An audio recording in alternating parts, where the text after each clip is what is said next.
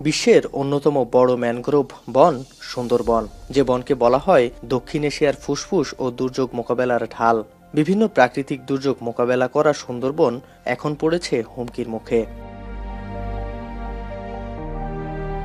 সুন্দরবনের দুবলার চর, প্রায় ৮১ বর্গ কিলোমিটারের এই চরে প্রতি বছর নভেম্বরে হয় রাস উৎসব।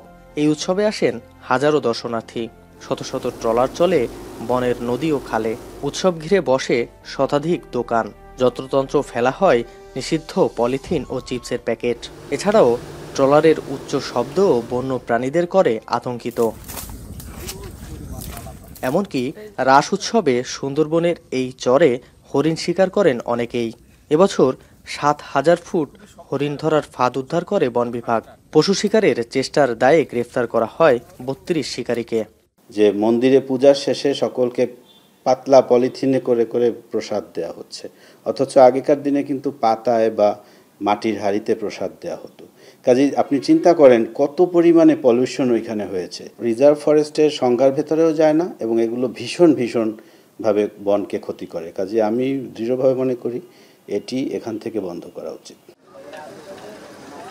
এদিকে সুন্দরবনের দুবলার চরকে বছরের পর বছর শুটকি প্রস্তুতের কাজে ব্যবহার করা হচ্ছে। প্রতি বছরের নভেম্বর থেকে মার্চ পর্যন্ত হাজারো কর্মী এখানে শুটকি তৈরির কাজ করেন। সংরক্ষিত বনের মধ্যে এসব কার্যক্রম বনের জীববৈচিত্র্যের জন্য বয়ে আনছে অপূরণীয় ক্ষতি। এখানে শুটকিকে কেন্দ্র করে যে পরিমাণ লোকজন এবং জেলেরা এখানে বাস করে বা থাকে, এটা আগে একটা সময় একভাবে থাকতো। এলইডি লাইট লাগায়, এখানে তারা পলিথিন প্লাস্টিকের একটা পলিউশন ঘটে, যেটি এখন সব ক্ষেত্রে ছড়িয়ে গেছে।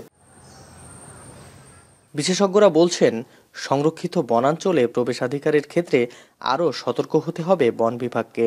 একটা নির্দিষ্ট সংখ্যক মানুষকে সেখানে পারমিশন দেওয়া হবে, যার ইচ্ছা সেই চলে যাবে, ব্যাপারটা এরকম না।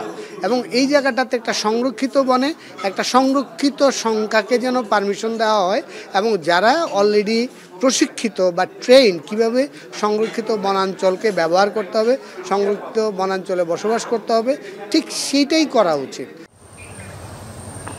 পর্যটকদের সঠিক গাইডলাইন না দিয়ে বনে প্রবেশ করতে দেয়া রাস উৎসব বা শুটকিপল্লীর কার্যক্রম বনের জন্য সুখকর নয়। জীববৈচিত্র্যকে বাঁচাতে হলে সংরক্ষিত বনাঞ্চলকে বাঁধতে হবে কঠোর নিরাপত্তা বেষ্টনীতে। রামিন চৌধুরী, এখন, খুলনা।